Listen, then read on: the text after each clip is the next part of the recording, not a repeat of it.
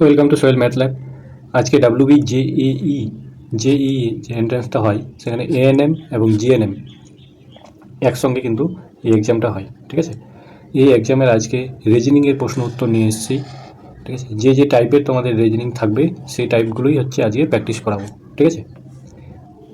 আজকে class number 1, ঠিক আছে, সমস্ত এমসিকিউ টাইপ, ঠিক আছে। এই টাইপের পরীক্ষায় কিন্তু প্রশ্ন আসে। তো দেখে নাও ফুল সিলেবাসটা, ঠিক আছে। তোমরা যারা সাবস্ক্রাইব করোনি অবশ্যই সাবস্ক্রাইব করে নেবে প্রতিদিন এই টাইপের ভিডিও পাওয়ার জন্য, ঠিক আছে। ডাব্লিউবি জেইই এএনএম জিএনএম 2026 সালে যে এক্সামটি হতে চলেছে 2 মাস পরে, ঠিক আছে।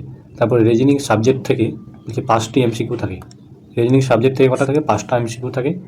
যে টাইপের প্রশ্ন থাকে সেগুলি সেই প্রশ্নগুলো প্র্যাকটিস করব, ঠিক আছে। এই ভিডিওতে সেই প্রশ্নগুলোই প্র্যাকটিস করব। 5টা এমসিকিউ তোমরা পাবে রিজনিং থেকে, ঠিক আছে।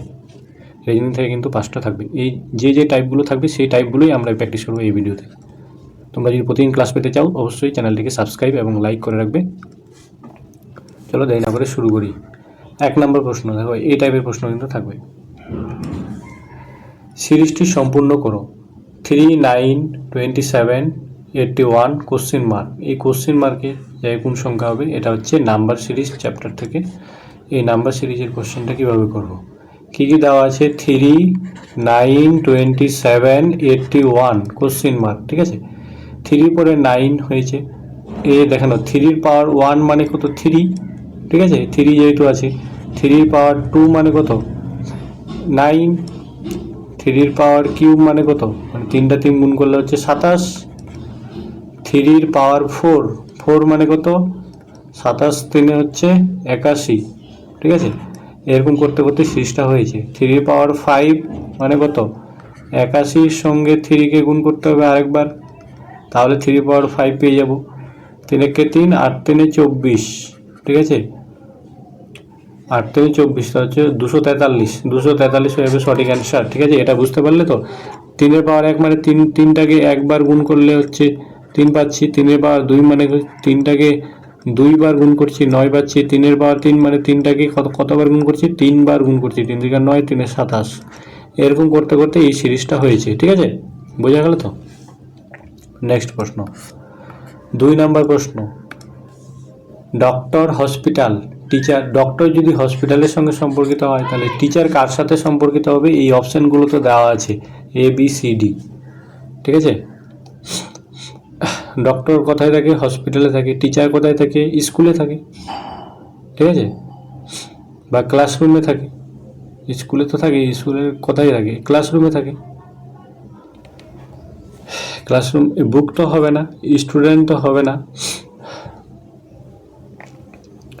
ক্লাসে থাকে, ঠিক আছে। স্কুলে তো থাকে, স্কুলেই দিতে হবে, ঠিক আছে। কারণ স্কুলে সম্পূর্ণটাকে বোঝাচ্ছে। হসপিটালের ঘরে তো বোঝায় না, বোঝালে তো ক্লাসরুম মতো, তাহলে স্কুলে যাবে সঠিক অ্যান্সার। এইভাবে করতে হবে, ঠিক আছে। 3 নম্বর প্রশ্ন, নিচের সংখ্যাগুলির মধ্যে ভিন্ন সংখ্যাটি কোনটি? মানে অড কোনটা এখানে? 27, 64, 125, 81। এখানে দেখে নাও 27 হচ্ছে কীভাবে? 27কে কী লিখতে পারি? 3-এর কিউব মানে হচ্ছে 27, ঠিক আছে। 64 হচ্ছে 4-এর কিউব মানে হচ্ছে 64, ঠিক আছে। 5-এর কিউব, 5টাকে 3বার গুণ করলে আসবে 125, ঠিক আছে। এবার 8টাকে কী করতে পারছি? 8টা হচ্ছে 9-এর স্কোয়ার, 81টা হচ্ছে 9-এর স্কোয়ার মানে হচ্ছে 81 বর্গমূল, ঠিক আছে। 9-এর বর্গ হচ্ছে 81, কিন্তু 81টাকে করতে পারছি না, ঠিক আছে। তাহলে অতএব 81 কিন্তু আলাদা আছে। সবগুলো হচ্ছে পারফেক্ট স্কোয়ার, এগুলো হচ্ছে সবগুলো পারফেক্ট স্কোয়ার, 81টা কিন্তু পারফেক্ট স্কোয়ার হচ্ছে না, ঠিক আছে। এইভাবে কোশ্চিন অড নাম্বারের কোশ্চিন থাকে, ঠিক আছে। অড কোনটা? 2024 সালে ছিল অড, 2025 সালে ছিল, ঠিক আছে। ওই টাইপের কোশ্চিন আমি প্র্যাকটিস করাচ্ছি, তোমরা অবশ্যই প্র্যাকটিস করবে, না হলে কিন্তু পারবে না পরীক্ষায়।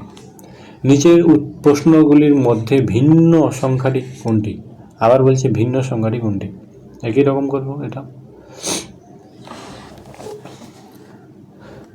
একই রকম। 4-এর স্কোয়ার হচ্ছে 16, 5-এর স্কোয়ার হচ্ছে 25, ছয়ের স্কোয়ার হচ্ছে 36, 45 কি স্কোয়ার কারো পারফেক্ট স্কোয়ার হচ্ছে, অতএব 45 হচ্ছে না, 45 হয়ে যাবে আলাদা অড নাম্বার। ঠিক আছে, 45 হচ্ছে অড নাম্বার বা ভিন্ন সংখ্যা, অতএব অপশান ডি হয়ে যাবে সঠিক।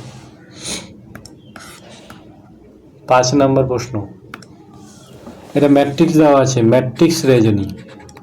ঠিক আছে, ম্যাট্রিক্স রিজনিং থেকে কিন্তু প্রশ্ন থাকবে, ম্যাট্রিক্স রিজনিং থেকে কিন্তু প্রশ্ন থাকে পরীক্ষায়। ঠিক আছে, 2024 সালে ছিল, 25 সালেও ছিল মনে হয়। তো দেখে নাও এখানে 2, 3, 13 হয়েছে। 2 আর 3কে এমন কিছু একটা করতে হবে যেন 13 হয়, 4 আর 5কে এমন কিছু একটা করতে হবে যেন 41 হয়, 6 আর 7কে এমন কিছু একটা করতে হবে যেন সেই অ্যান্সারটা পেয়ে যাই আমরা। ঠিক আছে, 2 আর 3কে কী করেছে দেখো তো, 2 আর 3কে যোগ করলে কি 13 হচ্ছে? কিন্তু 5 হচ্ছে না। গুণ করলে কি হচ্ছে? 3 দুগুণে 6 হচ্ছে না। ঠিক আছে, তাহলে কি করতে হবে, স্কোয়ার করে যোগ করে দেখি তো হচ্ছে কিনা। 2 এর স্কোয়ার 4 আর 3 এর স্কোয়ার 9, 9 4 13 এই হচ্ছে, মানে স্কোয়ার করে যোগ করতে হবে, তাই না? 4 এর স্কোয়ার প্লাস 5 এর স্কোয়ার, 4 এর স্কোয়ার হচ্ছে 16, 5 এর স্কোয়ার হচ্ছে 25, 16 আর 25 যোগ করলে হচ্ছে 41 পাচ্ছি। একই রকম 6 এর স্কোয়ার প্লাস 7 এর স্কোয়ার, 6 এর স্কোয়ার 36, 7 এর স্কোয়ার হচ্ছে 49, এটা দুটোকে যোগ করবো, 9 6 15 5, 7 থাকলো 1, 4 3 7 আর 1 8, 85। ঠিক আছে, 85 হয়ে যাবে, তাহলে সঠিক অ্যান্সার অপশান বিতে আছে। এই টাইপের কোশ্চেনগুলো এইভাবে করতে হবে। ঠিক আছে, 6 নম্বর প্রশ্ন, 5 3-এর সঙ্গে এমন কিছু করতে হবে যেন 16 হয়। ঠিক আছে, 4 7 আর 4-এর সঙ্গে এমন কিছু করতে হবে যেন 29 হয়। 5 আর 3কে গুণ করলে 15 হচ্ছে, তাই না? 5 আর 3কে গুণ করলে 15 হচ্ছে, 1 যোগ করলে হচ্ছে 16। পরেরটা হচ্ছে কিনা দেখি, 7 আর 4কে কী করতে হবে, গুণ করতে হবে, 7 4 28, 28-এর সঙ্গে 1 যোগ করলে 29 আসছে, হ্যাঁ আসছে। তাহলে এই লজিকটাই কাজে লাগে গেল, এটাই দিয়েই হয়ে যাবে। 9 × 5, 9 পাচ্ছে 45 প্লাস 1, তাহলে কত হলো 46। ঠিক আছে, 46 হয়ে যাবে সঠিক অ্যান্সার। আমরা এটা রো ওয়াইজ চেক করলাম। ঠিক আছে, কোনো ক্ষেত্রে কলম ওয়াইজ চেক করতে হয়, যে দুটো সংখ্যাকে যোগ করলে 9 হচ্ছে কীভাবে, 3-এর সঙ্গে 4 যোগ করলে কীভাবে 5 হচ্ছে, এদিক দিয়েও কিন্তু হয়, কিন্তু লজিকটা এদিক দিয়ে হয়ে গেল কাজে। তোমরা এদিক দিয়ে পরের ম্যাট্রিক্সগুলো করতে পারবে। ঠিক আছে, 7 নাম্বার, 5টা কোশ্চেন কিন্তু থাকে, তার মধ্যে আমি 10টা কোশ্চেন নিয়ে আসছি, বেশি করে প্র্যাকটিস হবে তোমাদের। 2 কত আছে, 2 6 12 20 30 কোশ্চেন মার্ক। দেখো 2-এর পরে 6 কীভাবে এসছে, 4 যোগ করে এসছে, তাই না? 6-এর পরে 12 এসছে, 6 যোগ করে। 6-এর পর 12-এর পরে 20 এসছে, তাহলে কত, 8 যোগ করে। 8-এর পরে 10 এসছে, 8-এর পরে 20-এর পরে 30 এসছে, মানে 10 যোগ করে।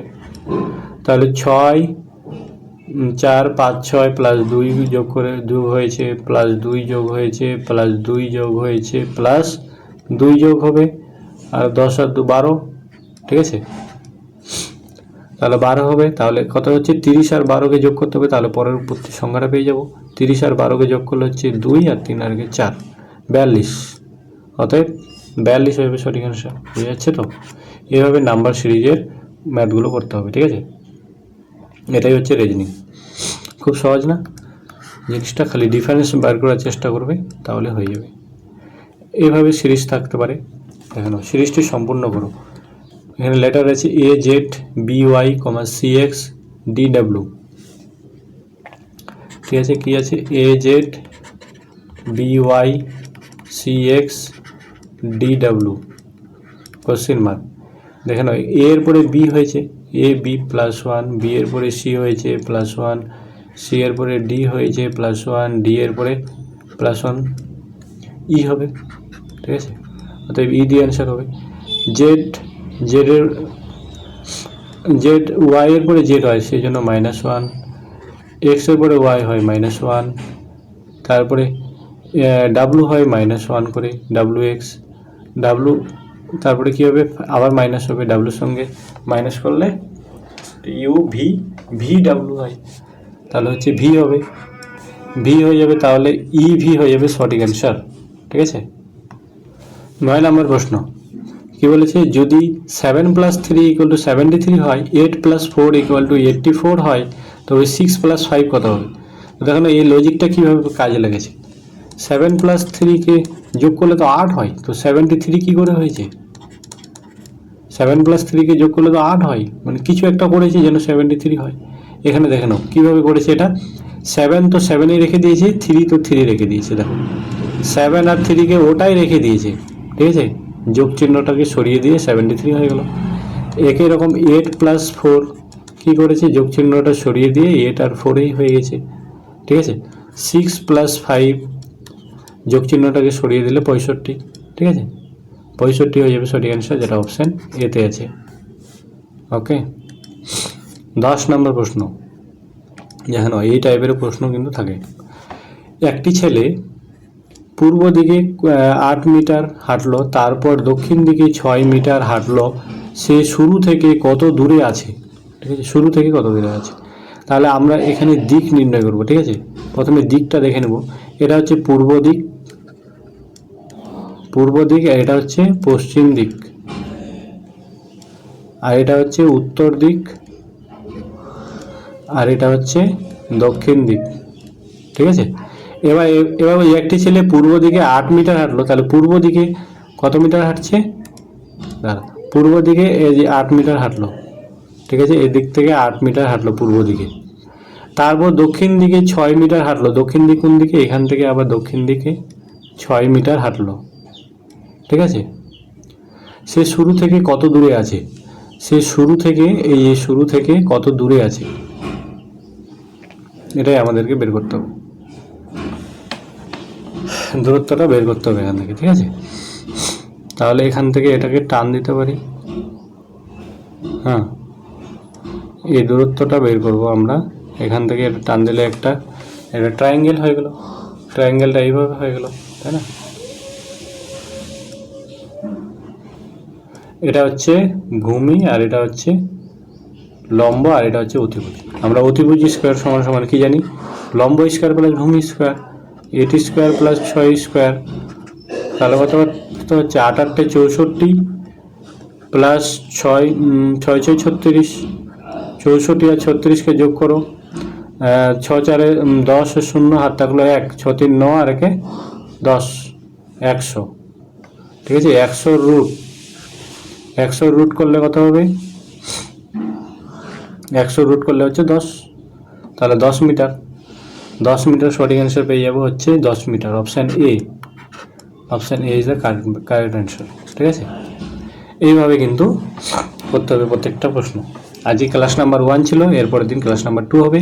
ক্লাসটিকে ভালো লাগলে অবশ্যই তোমরা লাইক এবং সাবস্ক্রাইব করে রাখবে এই টাইপের প্রতিদিন ভিডিও পাওয়ার জন্য। ঠিক আছে, এই ক্লাসগুলি সম্পূর্ণ প্লেলিস্টে থাকবে, তোমরা প্লেলিস্ট ভিজিট করবে, সেখানে ম্যাথ রিজনিং পেয়ে যাবে। ঠিক আছে, ওকে, থ্যাংক ইউ, সকলে ভালো থেকো, সুস্থ থেকো।